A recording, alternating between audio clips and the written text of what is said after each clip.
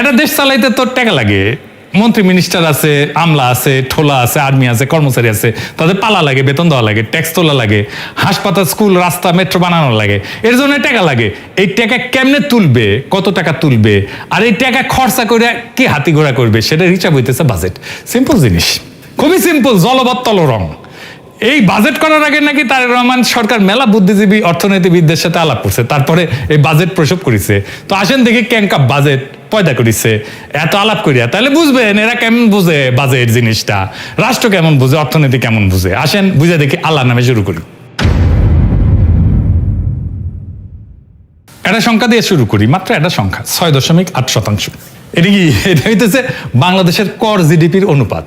এই একটা সংখ্যা জানলে আপনি পুরা বাজেট বুঝে যাবেন, কেন রাষ্ট্র ঋণ করে, কেন গরিবের উপর কর চাপে, কেন এই মাথা মোটারা ইকোনমির কিছু বুঝে না। এই একটা সংখ্যার ভিতরে সব লুকে আছে। কর জিডিপি অনুপাত আসলে কি, এই কেনই বা এটা সব, এটা বুঝতে হলে একটা জিনিস বুঝতে হবে যে কর জিডিপি অনুপাত মানে কি, হাতি না ঘোড়া, মাথায় দেয় না খায়। একটা দেশ একটা বছরে যত সম্পদ তৈরি করে তার কত শতাংশ রাষ্ট্র কর হিসেবে তুলতে পারে। ভাবেন একটা বিশাল বাজার, সেখানে সারা বছর কেনা বেচা হইতেছে, কেউ চাল বেচছে, কেউ জামা কিনতেছে, কেউ বেতন পাইতেছে, কেউ কারখানায় মুনাফা করতেছে, কেউ কর্মচারী আছে। এই পুরা বছরের সব কেনা বেচা, সব আয়, সব মুনাফা, সব মিলায় যে সম্পদ তৈরি হয় তার নাম জিডিপি। ধরেন এই বাজারে সব মিলায় বছরে 100 টাকার লেনদেন হলো, এটাই এই বাজারের জিডিপি। বুঝে চাও, রাষ্ট্র এই বাজারের ভেতরে দাঁড়ায় আছে, এটা চান্দাবাজ। প্রত্যেকটা কেনা বেচায়, প্রত্যেকটা আয়ে, প্রত্যেকটা মুনাফায় তার একটা বখরা পাওয়ার কথা। বিক্রিতে ভ্যাট, আয়ে আয়কর, মুনাফায় কর্পোরেট কর, আমদানিতে ট্যাক্স, এই বখরাটাই কর। তাহলে প্রশ্ন, 100 টাকায় বাজার থেকে রাষ্ট্র কত টাকা ভাগ তুলতে পারলো, বখরা তুলতে পারলো? এটা হইতেছে রাষ্ট্রের ক্ষমতা। উন্নত দেশে তোলে 34 টাকা, বাংলাদেশে মাত্র 6 টাকা 80 পয়সা। এই 100 টাকার 6 টাকা 80 পয়সা, এটাই কর জিডিপি অনুপাত। বাজার বিশাল, কিন্তু রাষ্ট্রের হাতে আসে সামান্য। কর জিডিপি রেশিও এটা শুধু টাকার হিসাব না, এটা রাষ্ট্রের ক্ষমতার পরিমাপ। একটা রাষ্ট্র তার নাগরিক, বিশেষ করে ধনী নাগরিকের কাছ থেকে কতটা আদায় করতে পারে, সেটাই বলে দেয় রাষ্ট্রটা কতটা শক্তিশালী। তুলনা করেন, ইন্ডিয়ার কর জিডিপি 12%, নেপাল এমনকি যুদ্ধবিধ্বস্ত অর্থনীতির দেশগুলো আমাদের চেয়ে বেশি তোলে। আমরা দক্ষিণ এশিয়ার সবচেয়ে নিচের দিকে। কেন উন্নত দেশ উন্নত, এই একটা সংখ্যাই বইলা দেয় কলে। ধনী দেশগুলো যেমন আমেরিকা, জার্মানি, ফ্রান্স, জাপান আছে না, তাদের গড় কর জিডিপি অনুপাত হইতেছে 34%। ডেনমার্ক তোলে 45%, ফ্রান্স তোলে 43%। এবার মিলান, বাংলাদেশ 6.8, মানে উন্নত দেশগুলো তাদের অর্থনীতি থেকে আমাদের চেয়ে 5 গুণ বেশি কর তোলে। এই 5 গুণের ভিতরে লুকায় আছে কেন তারা উন্নত। ডেনমার্কে সবার জন্য বিনামূল্যে শিক্ষা, বিনামূল্যে চিকিৎসা, বেকার ভাতা, এইসব আসমান থেকে পড়ে না, আসে ওই 45% কর থেকে, কর জিডিপি অনুপাত থেকে। রাষ্ট্র ধনীর কাছ থেকে আদায় করে, তারপর সবার জন্য খরচ করে। এটাই উন্নত রাষ্ট্রের মূল মন্ত্র। আর আমরা তুলি 6.8%। তাই এটা তুলে রাষ্ট্র কি দিতে পারবে? তাই স্কুল ভাঙা, হাসপাতালে বেড নাই, ওষুধ নাই, ডাক্তার থাকে না, রাস্তায় গর্ত, কম কর মানে দুর্বল রাষ্ট্র। দুর্বল রাষ্ট্র মানে নাগরিকের জন্য কিছু করতে না পারা। এটাই বিএনপি সরকারের টার্গেট দিছে যে 9.6% নাকি নিবি। হ্যাঁ, 5 বছরে 6.8 থেকে 9.6%। মানে সরকার নিজেই স্বীকার করে নিচ্ছে 5 বছরেও তারা 10% দিতে পারবে না। যেখানে ডেনমার্ক 45% আর উন্নত দেশগুলোর গড় হইতেছে 34%। বাংলাদেশ 5 বছরের চেষ্টা করে 10-এর নিচে থাকবে, উন্নত বিশ্ব যেখানে দাঁড়ায় আছে তার ধারে কাছেও না। একটা রাষ্ট্র যদি তার অর্থনীতির 10% কর হিসেবে তুলতে না পারে, তাহলে নিজের ভবিষ্যৎ নিজের অর্থায়ন করতে পারবে না। তো তাকে অন্যের উপরে নির্ভর করতে হবে, ঋণের উপরে নির্ভর করতে হবে, রেমিটেন্সের উপরে নির্ভর করতে হবে, বিদেশি সাহায্যের উপরে নির্ভর করতে হয়। আর যে নিজের খরচ নিজে চালাইতে পারে না, সে স্বাধীনভাবে সিদ্ধান্তও নিতে পারে না। কর জিডিপি 6.8% মানে শুধু কম রাজস্ব না, মানে এটা একটা পরনির্ভর রাষ্ট্র। আচ্ছা, এবার আসেন, এটা খুব ইন্টারেস্টিং জায়গা দেখি। সরকার তো ট্যাক্স তুলবে, কিভাবে তুলবে? তার ইনস্টিটিউট দেয়া, তাই না? কর্মী বাহিনী দেয়া। তো জনগণ তো তার সেবা দেখবে, সরকারের সেবা দেখবে, এমন ভাবে দেখবে যে মানুষ আগ্রহ নিয়ে ট্যাক্স দিবে। সে জানবে যে এই ট্যাক্সের টাকায় এমন সব সেবা আর সুবিধা পাবে যে সেটা নিজেও ব্যবহার করতে পারবে। এই যে রাষ্ট্রযন্ত্র আমরা পালি, পুলিশ, আর্মি, আমলা, কর্মচারী, এইসব তো নাগরিকদের জন্য, রাষ্ট্রের সেবা নিশ্চিত করার জন্য, তারাই তো ট্যাক্স তুলবে। তাহলে আসেন দেখি, এই বিপুল রাষ্ট্রযন্ত্রকে পালতে আমরা কত খরচা করি আর তার তুলনায় কি পাই। এই বাজেট তো 9,38,000 কোটি টাকা, তাই না? কাদের জন্য? সবাই লাফাইতেছে, ইতিহাসের সবচেয়ে বড় বাজেট দিছে বিএনপি। তো এই বাজেটের টাকা কার জন্য খরচা হবে? আমার আপনার জন্য না, আমার আপনার জন্য না। এই বাজেটের 4/3 সরকারের পরিচালন ব্যয়, মানে বেতন ভাতা, প্রশাসন, অফিস, গাড়ি আর পুরানো ঋণের সুদ। মোট বাজেটের 74.5%, প্রায় 3/4, মানে কি দাঁড়াইলো? বাজেটের প্রত্যেক 4 টাকার মধ্যে প্রায় 3 টাকায় চলে যাবে রাষ্ট্রযন্ত্রটাকে সচল রাখতে। সরকারি কর্মচারী বেতন, অফিসের খরচ আর অতীতের দেনার সুদ। এই 3 টাকা কোনো নতুন কিছু তৈরি করবে না, কোনো কারখানা না, কোনো রাস্তা না, কোনো হাসপাতাল না। শুধু সরকারি বেতন ভাতায় 89,380 কোটি টাকা, বাজেটের প্রায় 9.5%। সুদ 1,27,500 কোটি টাকা, আরো 13.5%। দুইটা মিলে বাজেটের প্রায় 1/4, শুধু বেতন আর সুদ। একটা উন্নত রাষ্ট্রে বাজেটের সিংহভাগ যায় নাগরিকের দিকে, আর বাংলাদেশের 3/4 যায় রাষ্ট্রযন্ত্রের দিকে, নিজেকে টিকায় রাখতে। সেই রাষ্ট্রযন্ত্র যা ট্যাক্সের টাকা তুলতে পারে না, কোনো সেবাই দিতে পারে না, না স্বাস্থ্য, না শিক্ষা, না অবকাঠামো, না ব্যবসার সুবিধা। একটা উন্নত দেশে বাজেট হইল নাগরিকের জন্য রাষ্ট্রের খরচ। বাংলাদেশের বাজেট হইল রাষ্ট্রযন্ত্র টিকায় রাখার জন্য নাগরিকের খরচ। উন্নত রাষ্ট্র সংগ্রহ করে জনগণের কাছ থেকে, ফেরত দেয় জনগণকে। আর আমাদের রাষ্ট্র সংগ্রহ করে জনগণের কাছ থেকে, খরচ করে নিজের জন্য।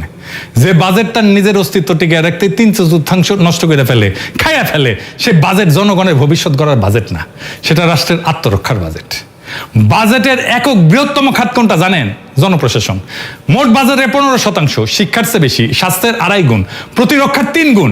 বাজেটের সবচেয়ে বড় খাত নাগরিকের শিক্ষা বা স্বাস্থ্য না, প্রশাসন নিজে।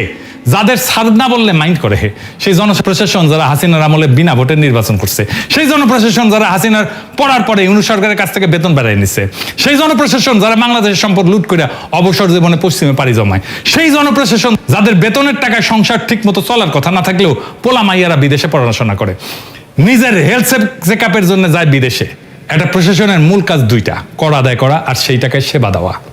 আর এই প্রশাসন অর্থনীতির মাত্র 6.8% কর তুলতে পারে, মূল কাজেই ব্যর্থ। অথচ বাজেটের সবচেয়ে বড় খরচ এই প্রশাসনই চালানো হয়।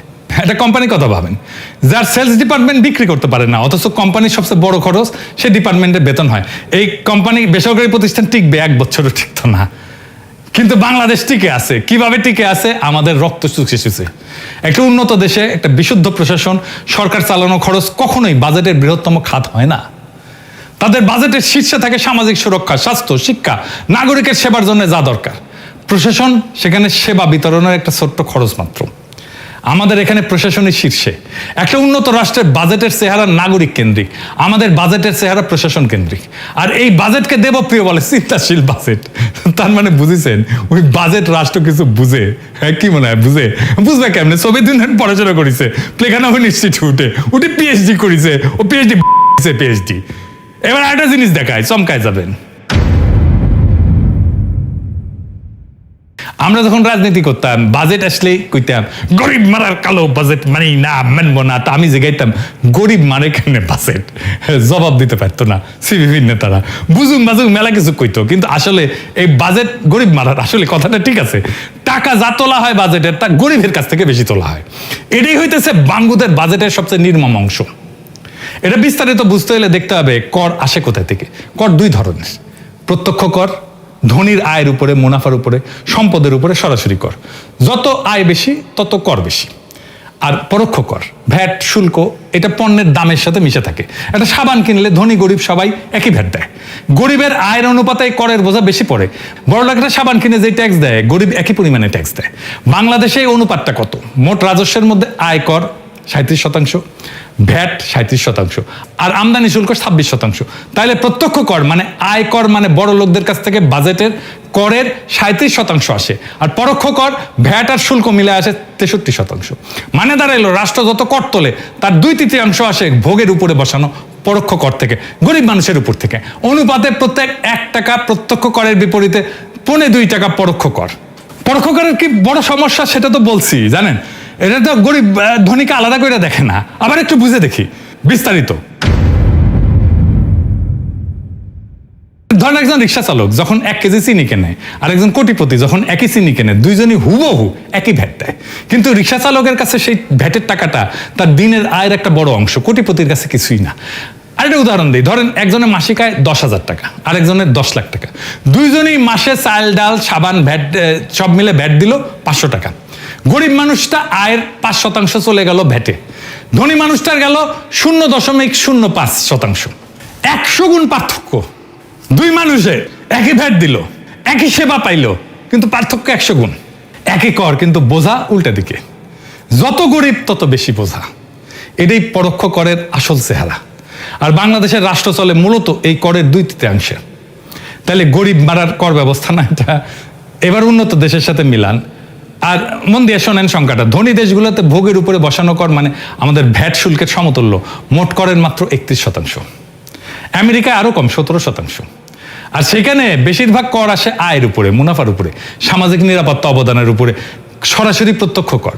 পার্থক্যটা ধরেন, বাংলাদেশে ভোগের কর 63%, উন্নত দেশে 31%। মানে আমরা সাধারণ মানুষের ভোগের উপরে তাদের চাইতে দ্বিগুণ হারে নির্ভর করি, আর তারা ধনীর আয়ের উপরে আমাদের চেয়ে অনেক বেশি নির্ভর করে। দুই একটা পার্থক্য বলে দেয় দুই ধরনের রাষ্ট্রের চরিত্র। উন্নত রাষ্ট্র ধনীর কাছ থেকে আদায় করে, গরিবকে রেহাই দেয়। আমাদের রাষ্ট্র গরিবের ভোগ থেকে আদায় করে, ধনীকে রেহাই দেয়। এটাই জিনিস, এটাই কর, কিন্তু উল্টা দিকে বসানো। আমরা তো আমেরিকায় গালি দিতে দিতে একেবারে হয়রান হয়ে যায়। সাম্রাজ্যবাদ, সাম্রাজ্যবাদ নিপাত যায়। দেখেন তাদের কর ব্যবস্থাটা কেমন গরিব বান্ধব। তা এখন কেন বাংলাদেশ রাষ্ট্র ধনীর আয়ের উপরে কর দিয়া কর তুলে অনুপাত তুলতে দিতে পারে না? কেন উন্নত দেশে পারে? কারণ যেই শ্রেণী প্রত্যক্ষ কর দেবে তারা বড় ব্যবসায়ী, শিল্পপতি, জমির মালিক। রাষ্ট্র তাদের উপরে নির্ভরশীল। নির্বাচনে টাকা লাগে, দল চালাতে টাকা লাগে, ক্ষমতায় থাকতে ব্যবসায়িক জোট লাগে। ফলে রাষ্ট্র সেই শ্রেণীকে শাসন করে না, তাদের সেবা করে। আর কর তুলে আনে যাদের কোনো দর কষাকষির ক্ষমতা নাই, সাধারণ ভোক্তার কাছে থেকে। প্রত্যেকটা কেনাকাটার ভিতরে লুকায় সে করটা তোলে। তাই এই যে কর জিডিপি রেশিও 6.8%, এটা কোনো টেকনিক্যাল ফেলিওর না, এটাই সিস্টেম। এইভাবে বানানো হয়েছে সিস্টেম। এটা একটা রাজনৈতিক সত্য। এই রাষ্ট্রের সাথে তার ধনী নাগরিকের প্রকৃত কোনো করের চুক্তি নাই। শ্রেণী আছে, কিন্তু রাষ্ট্র তাদের কর জালের মধ্যে আনতে সক্ষম না, কারণ রাষ্ট্রটাই সেই শ্রেণীর হাতে বন্দী। এই কারণে আমাদের কর জিডিপি রেশিও বাড়ে না। আর একটা জিনিস দেখেন, কর কম ওঠার জন্য কি কাফফারা আমরা দিই। পর্যাপ্ত কর তুলতে না পারলে সরকারকে ঋণ নিতে হয়, যে ঋণ নিচ্ছে তার সুদ দিতে হয়। এই সুদে 1 বছরে কত দিতে হবে জানেন? এই 1 বছরে 1,27,500 কোটি টাকা। 1,27,500 কোটি টাকা। শিক্ষায় 1,36,000 কোটি টাকা।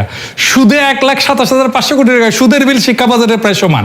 একটা জাতির পুরা শিক্ষা, স্কুল, সব স্কুল, কলেজ, বিশ্ববিদ্যালয়, শিক্ষকের বেতন, বই, অবকাঠামো, তার পেছনে রাষ্ট্র যা খরচ করে প্রায় ততটাই দিতে হইতেছে শুধু পুরনো ঋণের সুদে।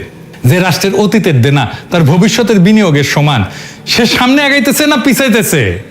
লুথার কিং এর সামনে তো কোনো পথ নাই। কর তুলতে না পারলে ঋণ করতে হবে, ঋণ করলে সুদ দিতে হবে, সুদ দিলে এই শিক্ষায় টাকা কমে যাবে।